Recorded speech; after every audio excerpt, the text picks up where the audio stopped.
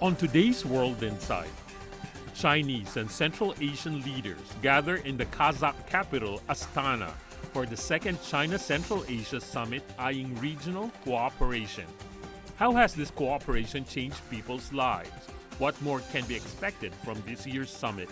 Answer to these and more in tonight's special China and Central Asia Together for a Shared Future. In tonight's panel, Maqsut Narikbayev, an international communications expert who's a political scientist and media manager. Dongqi Yang, an assistant professor of the Graduate School of Business of Nazarbayev University. Ramazan Zampisov, an advisor to the General Director of the Kazakhstan Ekujer Association. And Ma Bin, a Deputy Research Fellow of Fudan University.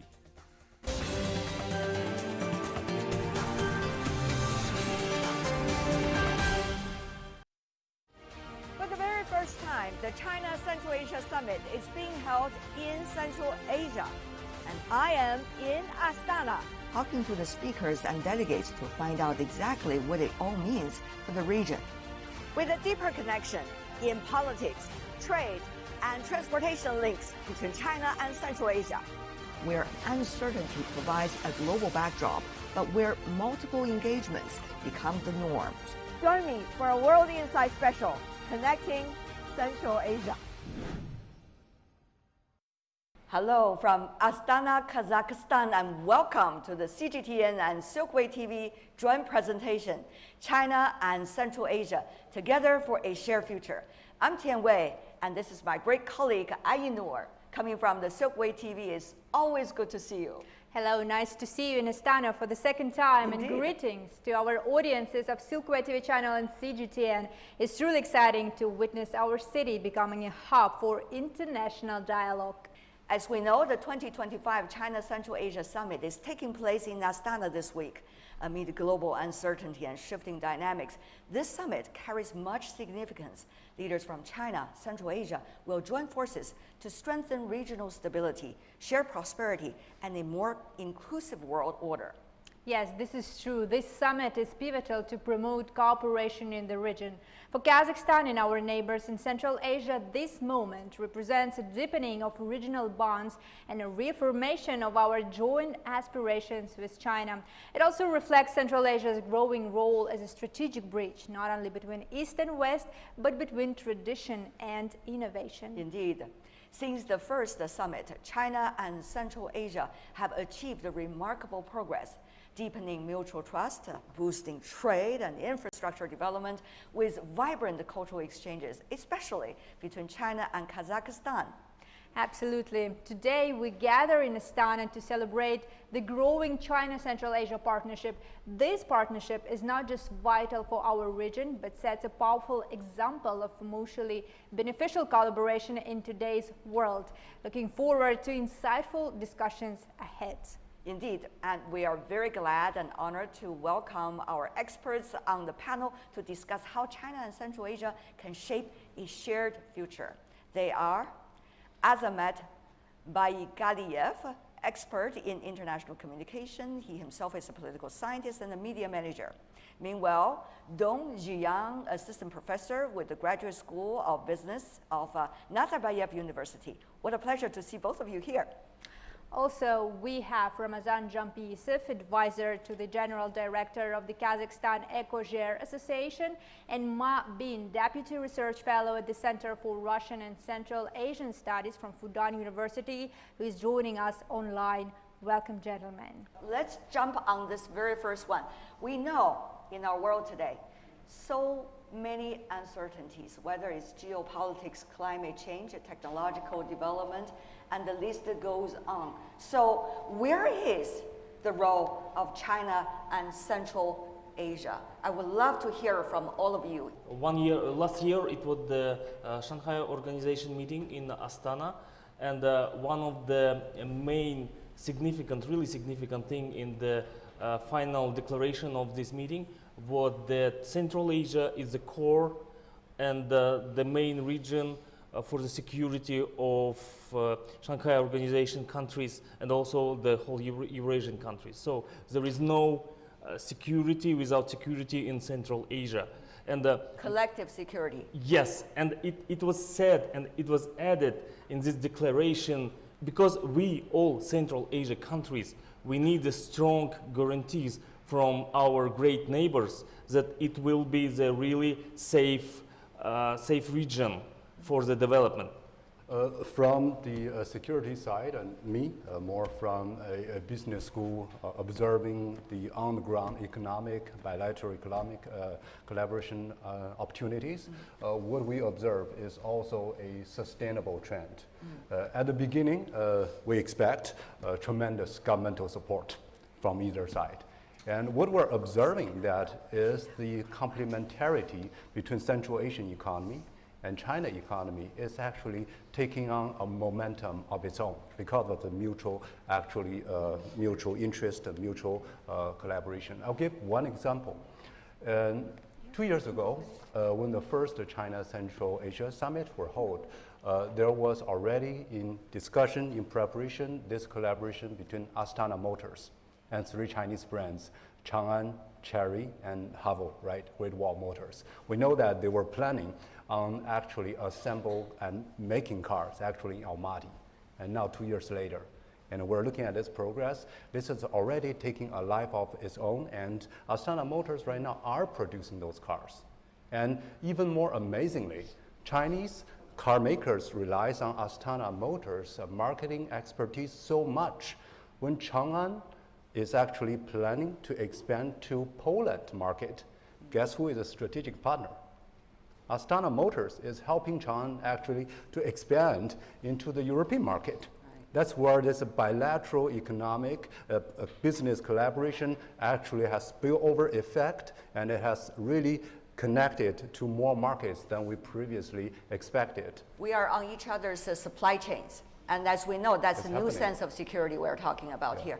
Having said that, though, another point that our guest wonderfully touched on is this mechanism. The mechanism of 1+C5, China with Central Asian countries. Now, that was initiated back in the year 2020. But later we have seen this mechanism being adopted by other countries when they approach Central Asian nations. And that makes Central Asian nations together much more resilient and powerful in a way. How do you see that mechanism echoes with what we need here in Central Asia in terms of our development, in terms of our interactions with the rest of the world? Of course, it's a very important initiative that provides an example for the stable development of bilateral cooperation between the China and other Central Asian countries. We have more potential to develop, and we have a room for improvement, of course. We have the basis, not only these mechanisms, but in terms of security, we have Shanghai Cooperation Organization.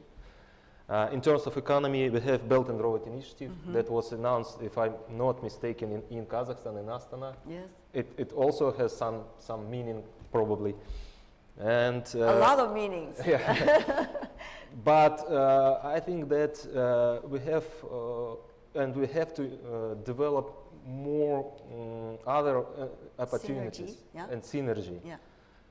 The water cooperation between our countries has a crucial importance. You know, I strongly believe that this format came from the business, because like before, our business companies, they realized that our probably globally, like from the global perspective, it was a small business, and it's not interested in on the global markets. But when you present the business like the whole region of Central Asia, when you globally, when you present your business globally from the all Central Asia countries, you are much more interesting for the investors from the China, from the US, from the Europe. So that's why they decided to do it even before politicians. But right now, this format is really popular in our countries because it's really efficient. And like before, it was a lot of discussions where to organize these meetings, and it was really controversial questions like it would be Astana or Tashkent or Bishkek, something like this. So they just stopped to work on this stage. But right now there are like doesn't matter when you organize this meeting. Astana, okay, all the leaders from Central Asia, they just go to Astana, and even like I think that last year it was when all the leaders from Central Asia, they were in Astana like each month. I mean, each month in the row, like 3 months, each month in a row, and it's like doesn't matter. Nobody said that it's something strange. It's you know, and right now our policy, economic policy, became more pragmatic. Yeah. And it's more about efficiency. It's more about money. It's more about finance questions. It's not about like political. And it's more about the mutual respect, isn't it? Of course. It's coming out of this mechanism of 1 plus C5 that we have learned. Yeah, we got new leaders, we got new strategies, and it helped. I want to elaborate on economic cooperation. Of course, it stands out within the framework of our China, Central Asia, and China, Kazakhstan cooperation. As we know, China is now Central Asia's largest trading partner and major investor. And since the first summit, our trade volume has grown exponentially. So my question here is, how do you assess, and this question is for all panelists, how do you assess the strategic role of economic cooperation is really shaping the economic integration within the region, within Central Asia? Building on what we were just discussing about, this whole economic collaboration actually taking off, I previously have highlighted on the importance of this economic complementarity between China and Central Asian economy. Another key factor that has been driving this tremendous growth is actually the very important factor of the political commitment, manifested through the mechanisms we're talking about. Although mechanism as a word might sound very abstract, but let me try to elaborate how that actually is facilitating this economic collaboration. Because normally, when we think about economic analysis, we think about demand and we think about supply, right? We work on either factors, try to boost either the demand or supply. Different economies have a different philosophies approach towards it. But one thing always that we tend to overlook is market confidence. Right? And this could play a tremendous role between countries who actually have demand and supply. They refuse to sell to each other. So the demand and supply is there. When there is such friction, what do we do as businessmen? We hold, we wait until all the disruptions actually settle the dust, right? So this is a terrible frustration and roadblock for economic development. But luckily, actually, this is something that sometimes we may take for granted. But now, in this era, when we look around, this is happening, but we have all these mechanisms. Actually, it's strengthening the bilateral relationships, make businessmen at all different type of investment industries more confident. A lot of things previously we did not imagine could actually happen. Previously, we talked about AI, and actually, in Kazakhstan, there's a very interesting, and together Kazakhstan and Uzbekistan are together matching, pooling the resources, and there are Astana hubs active efforts of establishing, you might find it interesting, imaginative, creative. They're establishing a this innovator incubator actually in Shanghai. Giving Central Asian startups. Some of them actually won many AI actually acclimates, such as Cerebral AI, which is using this AI technology to scan CT results more quickly, give a very efficient result on brain stroke. So this kind of thing can happen actually across countries with very different technical know-how, because of the confidence that has been injected into our economic community by these concrete mechanisms. As we explore the China-Central Asia cooperation mechanism, we also have guests coming from all over this region to share with us their insights. Take a look. Chinese investments are of great importance for our region. In recent years, new factories, companies, and new roads are constructed, and new jobs have been created. We are training future cadres at Chinese universities, and they will become experts and professionals for future development of our economy.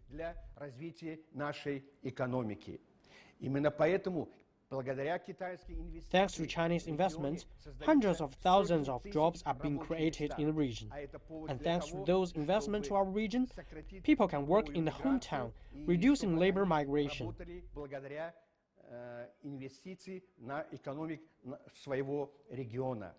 Let me explain on the some sample like China, Kyrgyzstan, Uzbekistan railway. For our country is very important because this railway project is a real breakthrough for the region.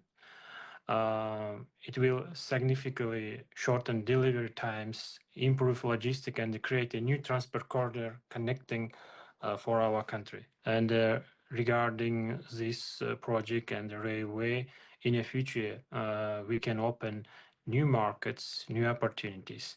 We have to understand that the digital economy is emerging as the next frontier of China-Central Asia cooperation. And the momentum is already visible.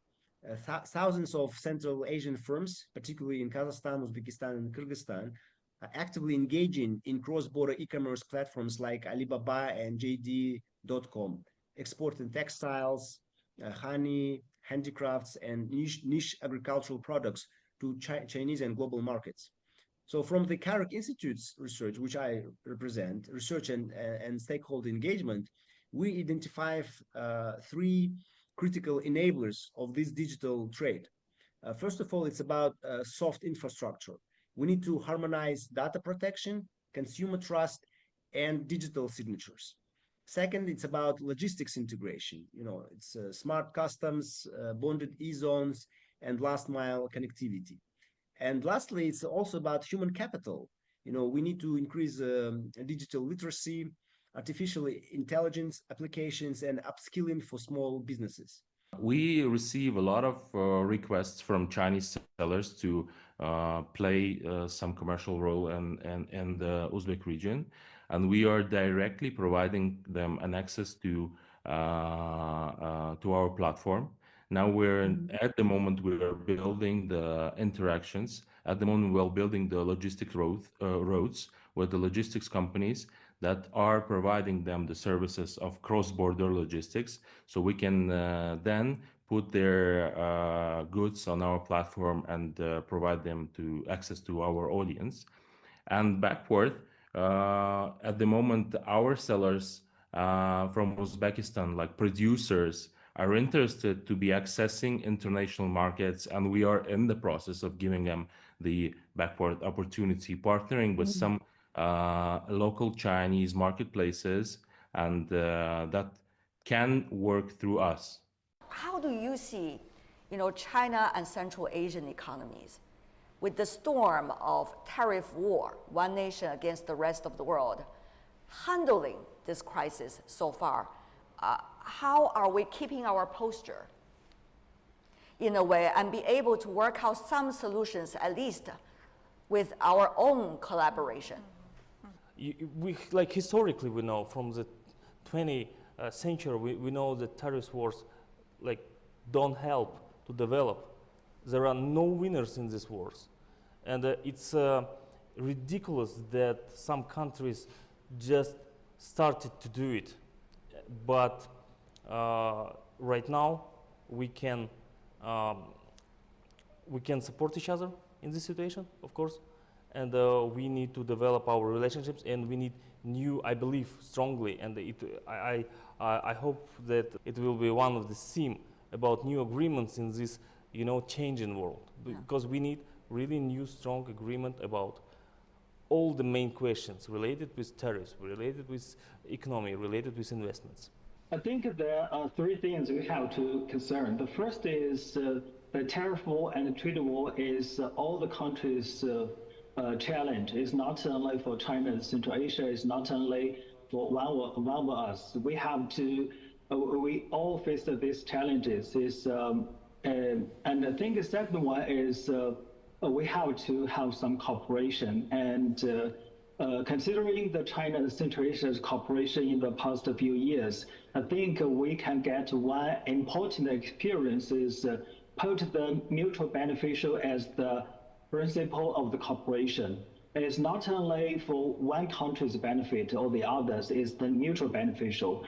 And the third one, I think, is the mechanisms, the multilateral mechanisms' importance. It's not only the unilateral way or unilateral behavior, the tariff or the other policies. It's about the coordination, collaboration, and all the cooperation. That means for the countries, not only for China and Central Asia, we have to build the stable mechanism to solve this problem, to face those pressures. I think that's the meaning of the next week's China and Central Asia Summit. Talking about economic cooperation, I think it's very important to address also the question of energy cooperation, especially when we talk about green energy initiatives, when we talk about green mineral cooperation. It's already aligning with the global transition towards sustainable development. And my question here is to Mr. Ramazan Jampisov. How do you think China and Central Asian countries, Kazakhstan in particular, have leveraged their strengths to advance green mining and green energy initiatives? Well, we can observe how the cooperation between our countries, I mean between China and Central Asia, are developing, and China plays a pivotal, the most important role in this energy transition process pathway, because as I already mentioned, China is a global leader, not only on technology market, but also in renewables. We have many projects already implemented and are at the stage of development in Kazakhstan and in Uzbekistan as well. And of course, AI and electrical vehicle. China is a great leader. I personally, have a Chinese car. Oh, you do? EV. That's just second, different generation of the technology. It's just amazing. For the very first time, the China Central Asia Summit is being held in Central Asia, and I am in Astana, talking to the speakers and delegates to find out exactly what it all means for the region. with a deeper connection in politics, trade, and transportation links between China and Central Asia. Where uncertainty provides a global backdrop, but where multiple engagements become the norm. Join me for a World Insight special, Connecting Central Asia. When we talk about our economic cooperation, it's also important to mention logistics potential and transportation connectivity. Again, we're talking about connecting different, let me say, parts of the world, like east to the west. And again, the role of Central Asia, the role of Kazakhstan is essential here. We're talking about building infrastructure projects. We're talking about connectivity projects. So I'm interested in what is your vision on the future of these developments in connectivity, in transportation, and in logistics. Okay, thank you. I think for China, Central Asia, as you said, the logistic cooperation is one of the most important projects in many years. And I think it is also the most successful part of the both parts cooperation. I think in the future, this kind of cooperation will continue and will build the Central Asia as the new harbor of the Eurasia continent. And at the same time, we can say this harbor will not connect China and Central Asia, but also connect China and Europe. and also North and the South, and also China and the Middle East. That means Central Asia will play as a harbor, and at the same time, it is also the cooperation between the logistic cooperation between China and Central Asia. Central Asia as the terminal of those logistics, because it will provide the fundamental logistics for the economic cooperation, for the trade, for the minerals, and also as we know, there's also some new fields of cooperation, like for the people, I mean, from China to Central Asia, and also from Central Asia to China, like Xi'an and Almaty have the tourist trend. I think these kinds of cooperation have two dimensions, the terminal and the transit harbor. Xi'an knows this better. Yes. He's originally coming from Xi'an, that's his hometown. Yeah. That's right. The cooperation on transportation, on logistics, that's changing the picture. Right, right. So this logistics improvement is really something impressive. It's not only between China and Kazakhstan, right? We are also seeing the long-planned railway from China to Kyrgyzstan to Uzbekistan is also taking place. And all of this infrastructure building process has really outstanding impact, positive impact on the extensive economic sphere. At the implementation stage, actually, there's a technological transfer between the Chinese and the Central Asian partners. When they build it together, there's knowledge transfer, and there is the sharing of knowledge in terms of engineering and operational know-how, and also the sharing of knowledge in terms of servicing and maintaining it. And then it provides the basic infrastructure facilitating the trade between China, Kazakhstan, and even all the way to Europe, right? So we really have this really amazing need of each other's goods. Here, as a person from Xi'an in Kazakhstan, we like a lot of sweet wheat-based food, noodles, and we're amazed by the quality of the wheat. And there are those Kazakhstani agricultural products, wheat, rice, honey, and edible oil already on sale in China, and people are really ready to try it out. And here in Kazakhstan, I'm really surprised on the high demand of Chinese goods here. Long before Pinduoduo had its English version, everyone's laughing because when there was only the Russian version on the phone, and everyone was already ordering food from there. And I was so surprised that the very savvy young generation in Kazakhstan, they're not just shopping from JD, Taobao, and Pinduoduo. They were shopping even from boutique e-commerce platform I have not learned before, like Poison. One of my actually basketball buddy in the undergraduate program, and then one day he was introducing me to this very boutique Chinese e-commerce platform, and I think many of our audience here are very familiar with that. That really shows the synergy, the mutual interest, the potential of this organic growth. Right. Fueled by the sound infrastructure, actually provided all the foundation. I would love to follow up on that, because I know friends from both sides that are shopping on each other's e-commerce platforms. Yeah. And they really enjoyed it because it's the best way. And the logistics that we talked about earlier actually provides the most convenient way to let the goods reach the people in the most efficient way. If you order today, in a few days you're going to get it.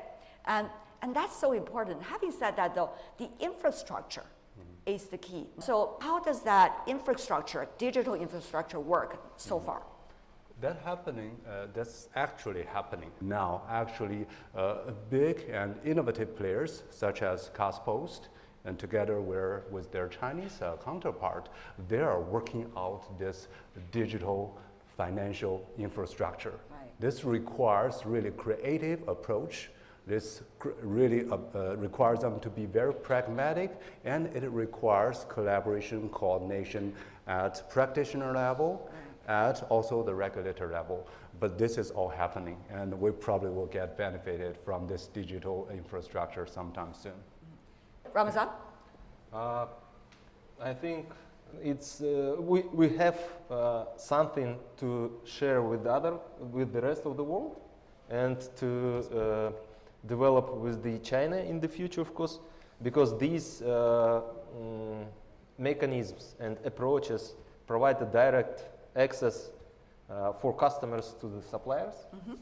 And it makes the things much more cheaper, much more easier. That's why it's everybody likes these e-market platforms. And it's more sustainable, right?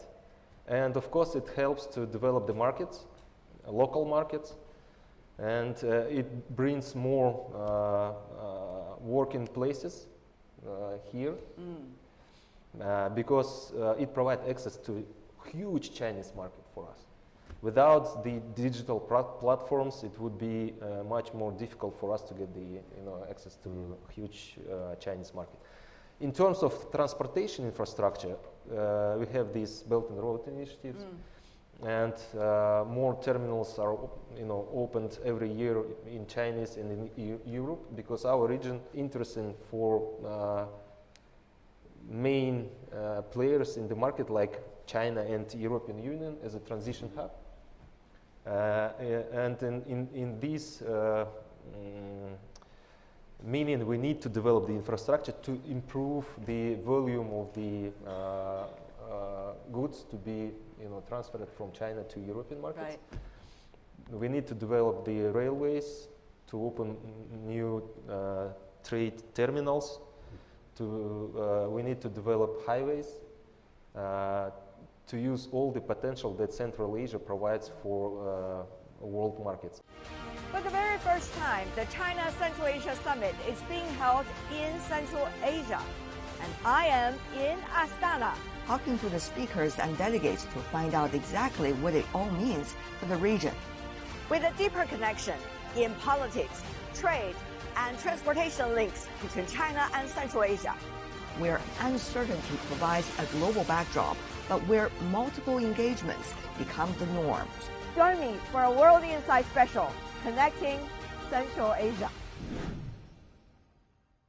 Well, when we talk about how these things would work, the people-to-people exchanges between China and Central Asia is so important. Without that, none of these real understanding, real cooperation could happen. You are the people that are testifying to it, because we are doing people-to-people exchanges right now.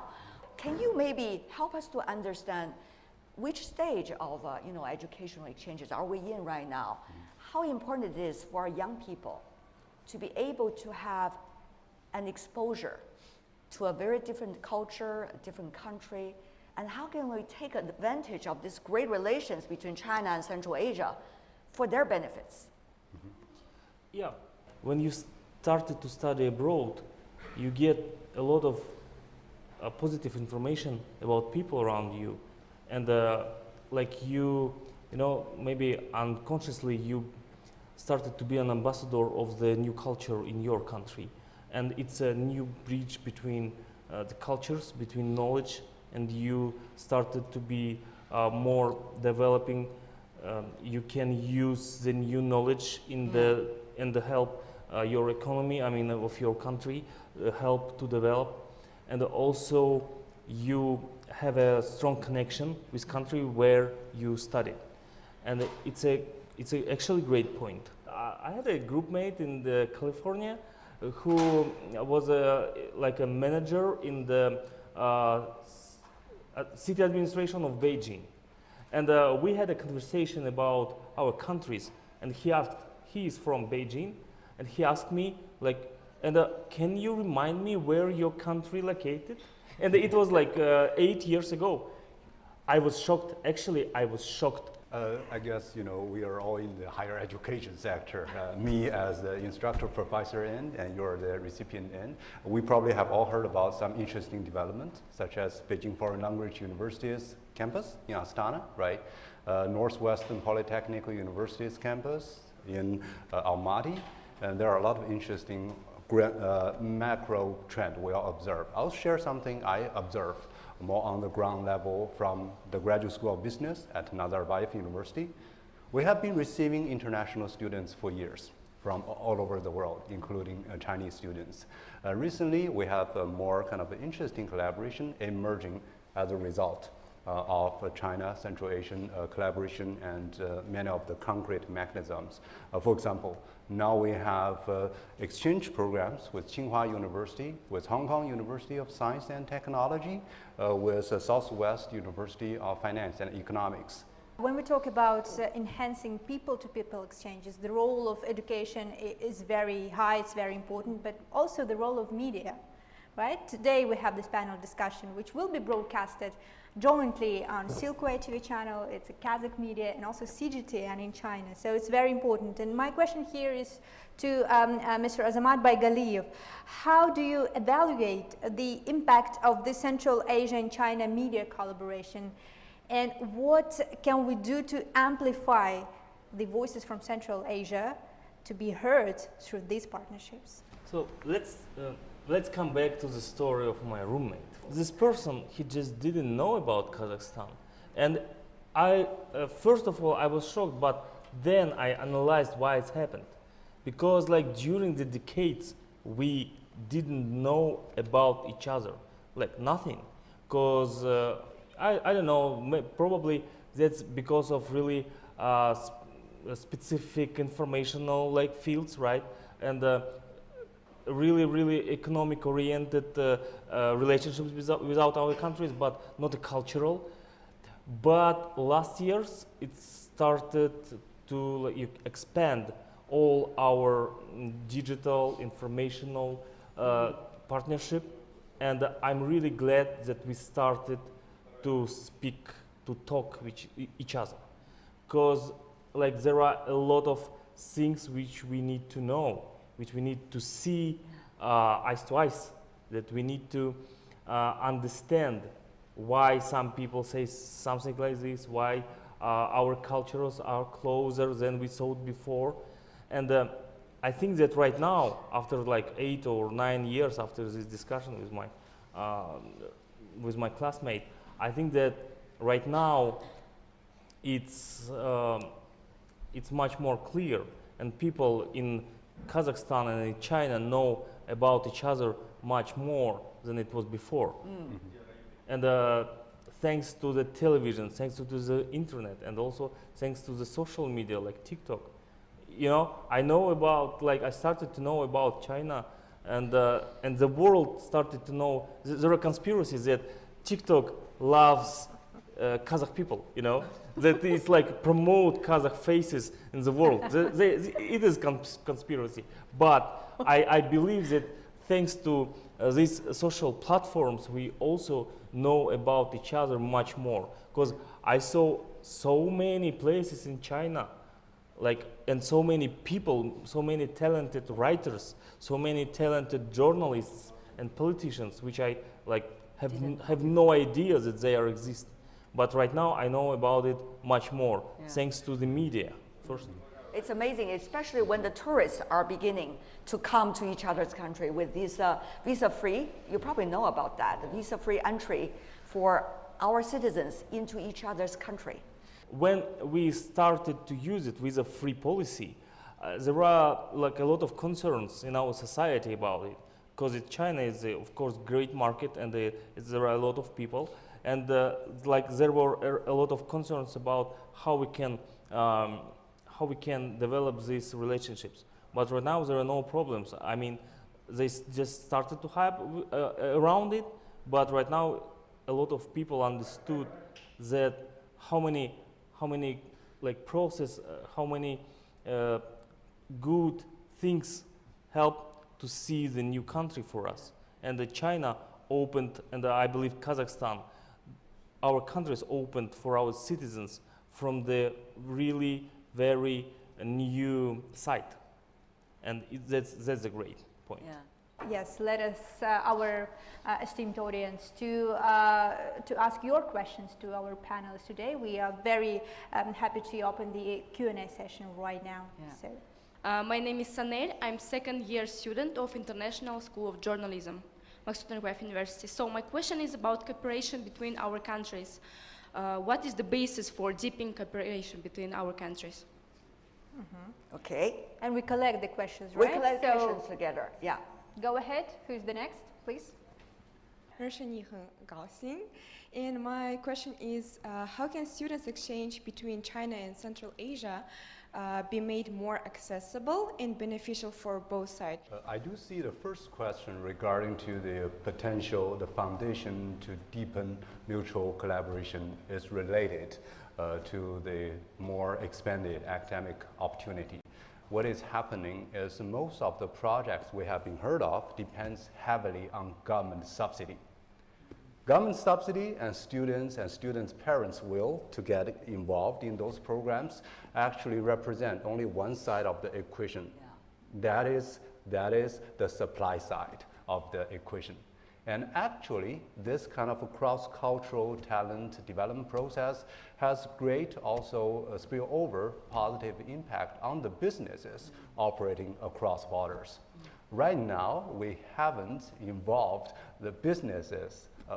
They are the demand side of this talent development as actively as possible. They are the potential to further deepen this collaboration as they also get involved in the process of maybe offering internship opportunities, maybe giving input on what is the latest need after obstacles for cross-border collaboration to take place. Those are the things actually will also incentivize more students interested in paid program because they see the promise of getting really employed in certain promising jobs, right? So that's how I see the potential of a deepening collaboration with academic exchange actually coupled very well. I strongly believe that we have platforms for mutual partnership, but Kazakhstan voices need to expand their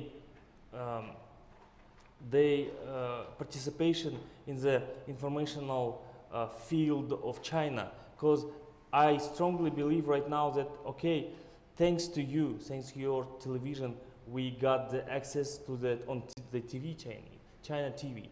But also I think that we need the new opportunity to work with Chinese social media too. We need to work much more active, and I think that we need to expand our access to the Chinese social platforms, and I think it would be the new step for for hearing our voices, for understanding, and also it's not about only the young voices. It's also about the business, Kazakhstani business, Kazakhstani tourism. For our places, I'm strongly sure that people from China should know much more about Kazakhstan, about our nature, about our cities, about our people. We are having this both-way traffic, the top-down approach and the bottom-up approach in terms of developing the great potential of our region, China and Central Asia, and of course, beyond. And with that in mind, we're wrapping up today's conversation. We want to thank the insights from our panelists, both here in person and online, and the wonderful input from our audience, from the young people here in Kazakhstan. We are looking forward to continue this conversation. I'm confident that this important conversation will bring even more fruitful results in the future. Thank you so much. Thank you.